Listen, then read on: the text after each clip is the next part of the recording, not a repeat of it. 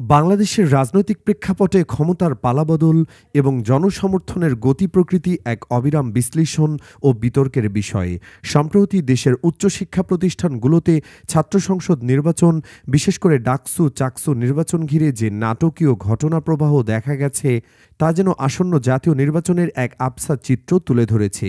এই নির্বাচনগুলোর প্রাক্কালে প্রধান বিরোধী দল বিএনপি এক অদ্ভুত অতি আত্মবিশ্বাসে মগ্ন ছিল, যা তাদের পরবর্তীকালে চরম হতাশায় নিমজ্জিত করেছে। তাদের নেতাদের মুখে তখন এক প্রকার আত্মম্ভরিতা দেখা যেত। তারা দৃঢ়তার সাথে ঘোষণা করত যে ইসলামী ছাত্র শিবির মূল প্যানেল তো দূরে থাক, এমনকি হল সংসদগুলোতেও একটি পদেও জয়লাভ করতে পারবে না। দলের ছাত্রনেতাদের নাম উল্লেখ করে বলা হতো, সাদিক কায়েম, এস.এম. ফরহাদদের মতো ছাত্রনেতারা শোচনীয় পরাজয় বরণ করবে। তাদের ধারণায় ছাত্রদল বামপন্থী ছাত্র সংগঠন এবং বাকছাস সর্বোচ্চ বিজয় নিশান উড়াবে। এই দাবির পেছনে তাদের যে যুক্তিগুলো ছিল, সেগুলো জনমনে কিছুটা হলেও বিশ্বাসযোগ্যতা অর্জন করেছিল। তারা বলতো, শিবির নারীদের ভোট পাবে না, তাদের সুসংগঠিত সাংগঠনিক কাঠামো থাকলেও সাধারণ শিক্ষার্থীদের সাথে তাদের নিবিড় যোগাযোগ নেই। এই ধরনের বিশ্লেষণ এবং আত্মবিশ্বাসে বুঁদ হয়ে বিএনপি তাদের বিজয় কল্পনা করেছিল, যা তাদের বাস্তবতা থেকে কল্পনা জগতে বেশি ঠেলে দিয়েছিল। কিন্তু নির্বাচনের ফলাফল যখন প্রকাশিত হলো, তখন দৃশ্যপট সম্পূর্ণ ভিন্ন। ছাত্র সংসদগুলোতে শিবির অভাবনীয় সাফল্য অর্জন করল। প্যানেল ধরে ধরে তাদের ভূমিধস বিজয় যেন এক নতুন রাজনৈতিক বার্তা বহন করে আনল।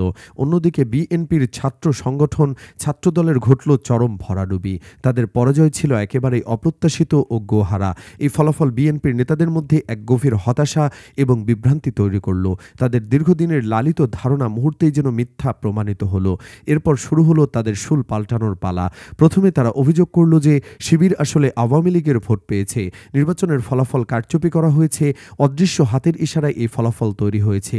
তারা নানা রকম ভিত্তিহীন অভিযোগ উত্থাপন করে তাদের পরাজয়কে মেনে নিতে অস্বীকৃতি জানাচ্ছিল। কিন্তু যখন এই সমস্ত অভিযোগ এবং কারচুপির দাবি মিথ্যা প্রমাণিত হলো, তখন তাদের সুর আবারও পাল্টালো। তারা বলতে শুরু করলো, ছাত্র সংসদ নির্বাচনে জয়লাভ করলেই বা কী হবে? জাতীয় নির্বাচনে তাদের মুরব্বী দল জামায়াতে ইসলামী কোনোভাবেই জিততে পারবে না। তাদের যুক্তি ছিল বিশ্ববিদ্যালয় নির্বাচন আর জাতীয় নির্বাচন নাকি এক জিনিস নয়, এই দুইয়ের মধ্যে আকাশ পাতাল তফাত। তাদের এই ধরনের যুক্তির পেছনে একটাই কারণ ছিল, আর তা হলো নিজেদের পরাজয়কে কোনোভাবেই মেনে নিতে না পারা। এই প্রবণতা, এই একই অতি আত্মবিশ্বাস আবারও বিএনপির মধ্যে দেখা যাচ্ছে আসন্ন জাতীয় নির্বাচনকে ঘিরে। বর্তমান রাজনৈতিক পরিস্থিতিতে বিএনপি জামায়াতকে নিয়ে যেন এক গভীর দুশ্চিন্তায় ভুগছে। তাদের নেতাদের মুখে এমন একটাই কথা, জামায়াত মাত্র ৫% ভোট পায়। দেশের মানুষ জামায়াতকে চায় না, জামায়াতের প্রার্থীদের কেউই চেনেন না, জামায়াতের কোনো গণসংযোগের লোক হয় না, মহিলারা জামায়াতকে ভোট দেবে না, এই ধরনের নানা কথা তারা অনবরত বলেই চলেছে। অবাক করা বিষয় হলো, জামায়াতের চেয়ে বিএনপি জামায়াতকে নিয়ে বেশি দুশ্চিন্তায়। দীর্ঘদিন ধরে বিভিন্ন টক শোতে ছাপি জাহেদ আর শাহেদের মতো ব্যক্তিরা এই একই কথা বলে বেরিয়েছেন। কিন্তু সম্প্রতি এই কথাগুলো স্বয়ং দলের হাইকমান্ড মহাসচিব ফখরুল ইসলাম আলমগীর, তার মুখ থেকেও উচ্চারিত হয়েছে। তার এই ধরনের মন্তব্য তাদের রাজনৈতিক দূরদর্শিতা এবং বাস্তবতা বোধ বিবর্জিত প্রশ্ন তৈরি করেছে। মির্জা ফখরুলের আচার আচরণ যেন এই দলটির কপালের দুঃখ স্পষ্ট হয়ে উঠেছে, যা তাদের জন্য এক অশনি সংকেত। সম্প্রতি একটি ভাইরাল ভিডিওতে দেখা গেছে, মির্জা ফখরুল একজন কথিত পুরনো বন্ধুর সাথে এমনভাবে আচরণ করছেন, যা সমাজের ধনী ও গরিবের ভেদাভেদ আরও স্পষ্ট করে তোলে। গুজব শোনা যাচ্ছে যে এই ব্যক্তি নাকি ফখরুলের ছোটবেলার বন্ধু। ধনী হওয়ার পর কি দরিদ্র বন্ধুদের সাথে এমন আচরণই করতে হয়? এই প্রশ্নটির ভিডিওটি দেখে অনেকের মনে প্রশ্ন জেগেছে, এই ঘটনাটি মির্জা ফখরুলের জনসম্মুখে ভাবমূর্তিকেও কিছুটা হলেও প্রভাবিত করেছে। চাঁপাইনবাবগঞ্জে এক জনসভায় মির্জা ফখরুল ইসলাম আলমগীর জামায়াতে ইসলামীকে উদ্দেশ্য করে বলেন, জামায়াতের ভোট ৫ থেকে ৬% বেশি নয়, হঠাৎ করে লাফ দিয়ে ৫১% হয়ে যাবে, এটা আপনারা মনে করবেন না। তার এই মন্তব্য রাজনৈতিক মহলে ব্যাপক আলোচনার জন্ম দিয়েছে। কিন্তু যদি জামায়াতের কোনো শীর্ষ নেতা একই সুরে বলেন যে বিএনপি ২০০১ সালের নির্বাচনে ১৯৩টি আসন পেয়েছিল, অথচ এক ধাক্কায় ২০০৮ সালের নির্বাচনে তাদের আসন সংখ্যা নেমে আসে মাত্র ২৭, এবং আরেক ধাক্কায় ২০১৮ সালের নির্বাচনে তারা পায় মাত্র ৭টি আসন, তাহলে মির্জা ফখরুল ইসলাম আলমগীরের কেমন লাগবে? তার কি এর কোনো উত্তর আছে? এমন প্রশ্ন স্বাভাবিকভাবেই উঠে আসে। এই ধরনের মন্তব্য রাজনৈতিক দলগুলোর নিজেদের অবস্থান এবং জনসমর্থন সম্পর্কে একতরফা ধারণাকেই প্রকাশ করে। মির্জা ফখরুলদের কথা বাদ দিলেও জামায়াতের প্রকৃত ভোট কত তা নিয়ে একটি বস্তুনিষ্ঠ আলোচনার প্রয়োজন। গণঅভ্যুত্থান পরবর্তী রাজনৈতিক মেরুকরণে জামায়াতে ইসলামের জনসমর্থন বা ভোট কতটা বেড়েছে বা কমেছে তা নিয়ে নানা মহলে দীর্ঘদিন ধরে আলোচনা চলছে। কিছুদিন আগে একজন ইউটিউবার এবং সেলিব্রিটি সাংবাদিক টেলিভিশন টক শোতে দাবি করেন যে জামায়াতের ভোট মাত্র 3 থেকে 4%। আর গতকাল বিএনপি মহাসচিব মির্জা ফখরুল ইসলাম আলমগীর বললেন জামায়াতের ভোট নাকি 5 থেকে 6%। এই ফখরুল মিয়ারা 3% বা 5% ভোটের তথ্য কোথা থেকে পেলেন তা এক বিরাট প্রশ্নবোধক চিহ্ন।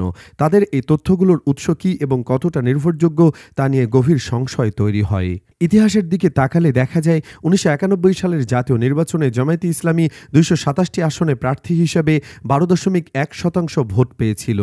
এটি মনে রাখা জরুরি যে তারা 300 আসনে প্রার্থী দেয়নি, মাত্র 227টি আসনে প্রার্থী দিয়ে এই পরিমাণ ভোট সংগ্রহ করেছিল। যদি সেবার তারা 300 আসনে প্রার্থী দিত তাহলে তাদের মোট ভোট প্রাপ্তির সংখ্যা 15 থেকে 20% হতে পারত।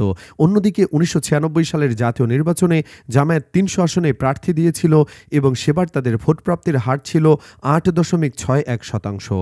এর থেকে এটি স্পষ্ট যে অতীতে এককভাবে নির্বাচন করে জামায়াত কখনো মির্জা ফখরুলের দেওয়া 5 থেকে 6% ভোট পায়নি, তাদের প্রাপ্তি ছিল এর চেয়ে উল্লেখযোগ্য পরিমাণ বেশি।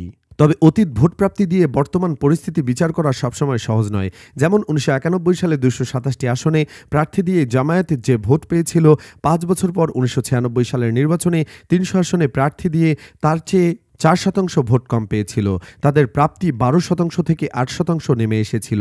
রাজনৈতিক বিশ্লেষকরা এর পেছনে একটি গুরুত্বপূর্ণ কারণ চিহ্নিত করেছেন। তাদের মতে সে সময় আওয়ামী লীগের সাথে জোটবদ্ধ হয়ে জামায়াত বিএনপির বিরোধী আন্দোলন করেছিল। এই জোটের মূল কারণ ছিল বিএনপি জামায়াতের সাথে এক ধরনের বেইমানি করেছিল যা জামায়াতের পুরনো ভোটারদের মধ্যে ক্ষোভের সৃষ্টি করেছিল। ফলস্বরূপ আওয়ামী লীগ বিরোধী নির্দিষ্ট ভোট ব্যাংক যারা সাধারণ জামায়াতকে সমর্থন করত তারা বিক্ষুব্ধ হয়ে বিএনপিকে ভোট দিয়েছিল। এই ঘটনা প্রবাহ স্পষ্টতই দেখায় যে রাজনৈতিক জোট এবং কৌশলগত পদক্ষেপ কিভাবে একটি দলের ভোট ব্যাংককে প্রভাবিত করতে পারে। দেশের বর্তমান রাজনৈতিক বাস্তবতায় একটি বিষয় স্পষ্ট হয়ে উঠেছে যে বিএনপি এখন আওয়ামী লীগের ভোট টানতে মরিয়া হয়ে উঠেছে। এই লক্ষ্যে তারা একের পর এক কৌশল গ্রহণ করছে। বিএনপির শীর্ষ নেতারা সরাসরি জেল থেকে আওয়ামী লীগের নেতাদের ছাড়িয়ে আনছেন, যা তাদের রাজনৈতিক কৌশলের এক নতুন দিক উন্মোচন করেছে। এমনকি মির্জা ফখরুল ইসলাম আলমগীর নিজেও বলেছেন যে তাহলে আওয়ামী লীগের কোনো মামলা রাখবেন না। এই ধরনের আশ্বাস এবং পদক্ষেপের মাধ্যমে বিএনপি মূলত আওয়ামী লীগের ঐতিহ্যবাহী ভোট ব্যাংককে নিজেদের দিকে আনার চেষ্টা করছে। কিন্তু প্রশ্ন হলো আওয়ামী লীগের ভোট পাওয়ার জন্য বিএনপির এই মরিয়া হওয়ার পেছনের কারণ কি?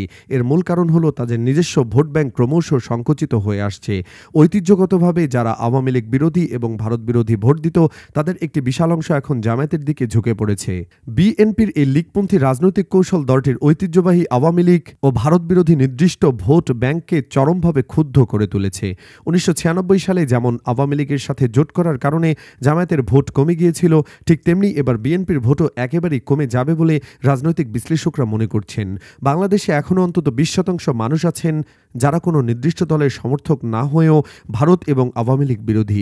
বিশেষ করে ভারতীয় সীমান্ত এলাকার মানুষরা, তারা কোনো দল বা ব্যক্তিকে দেখে ভোট দেন না। তাদের কাছে মুখ্য বিষয় হলো সেই দল বা ব্যক্তি আওয়ামী লীগ এবং ভারত বিরোধী কিনা। কিন্তু বর্তমান পরিস্থিতিতে বিএনপি একই সাথে আওয়ামী লীগের বন্ধু এবং ভারতেরও।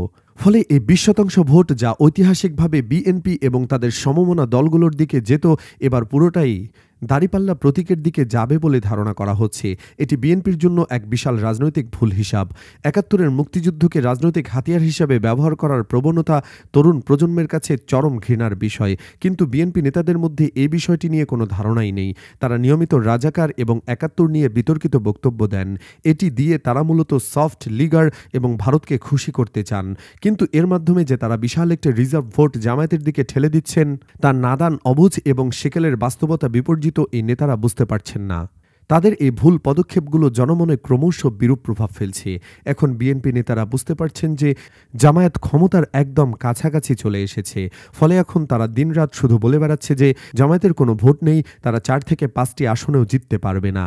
তাদের কেউ ভোটও দেবে না। রিটেক একদিকে তারা এই ধরনের মন্তব্য করে জনমনে বিভ্রান্তি ছড়াতে চাইছে, অন্যদিকে ইউনূস সরকার তাদের উপদেষ্টাদের দিয়ে সারা দেশের প্রশাসন ঢেলে সাজাচ্ছে, নিজেদের পছন্দের লোকদের ডিসি, এসপি, ইউএনও বানাচ্ছে, যাতে ভোট কারচুপির মাধ্যমে সহজে ভোটে জিতে আসা যায়। বিএনপির এমন ষড়যন্ত্রমূলক কার্যকলাপ নিয়ে এবার মুখ খুলেছেন জামায়াতের সেক্রেটারি জেনারেল মিয়া গোলাম পরোয়ার।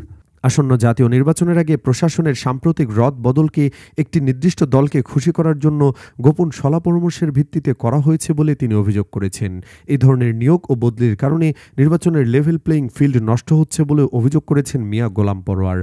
গত রবিবার দুপুরে রাজধানীর মগবাজারে আল ফালাহ মিলনায়তনে আয়োজিত এক যৌথ সংবাদ সম্মেলনে তিনি একথা বলেন। জেলা প্রশাসক, উপজেলা নির্বাহী কর্মকর্তা বদলিসহ প্রশাসনের রদবদলের বিষয়ে মিয়া গোলাম পরোয়ার বলেন, একটি নির্দিষ্ট দলকে খুশি করার জন্য গোপন শলা-পরামর্শের ভিত্তিতে এসব নিয়োগ ও বদলি করা হচ্ছে। এতে লেভেল প্লেয়িং ফিল্ড নষ্ট হচ্ছে। তিনি প্রধান উপদেষ্টাকে নিরপেক্ষ ভূমিকা পালনের জন্য আহ্বান জানান। তার এই বক্তব্য দেশের নির্বাচনকালে নিরপেক্ষতা নিয়ে গভীর উদ্বেগ সৃষ্টি করেছে। মনে রাখা প্রয়োজন, বিএনপির মহাপণ্ডিতগণ সুষ্ঠু ভোট হলে জাতীয় নির্বাচনে জামাত বেশ ভালোভাবেই জিতে আসবে, কারণ দেশের রাজনীতির হাওয়া বদলে গেছে। দাঁড়িপাল্লার হাইপ এখন অন্য এক মাত্রায় পৌঁছেছে। বিশেষ করে শ্রমজীবী মানুষ, কৃষক, চা দোকানি, রিকশা চালক এবং নারীদের মধ্যেও দাঁড়িপাল্লা এখন অত্যন্ত জনপ্রিয়।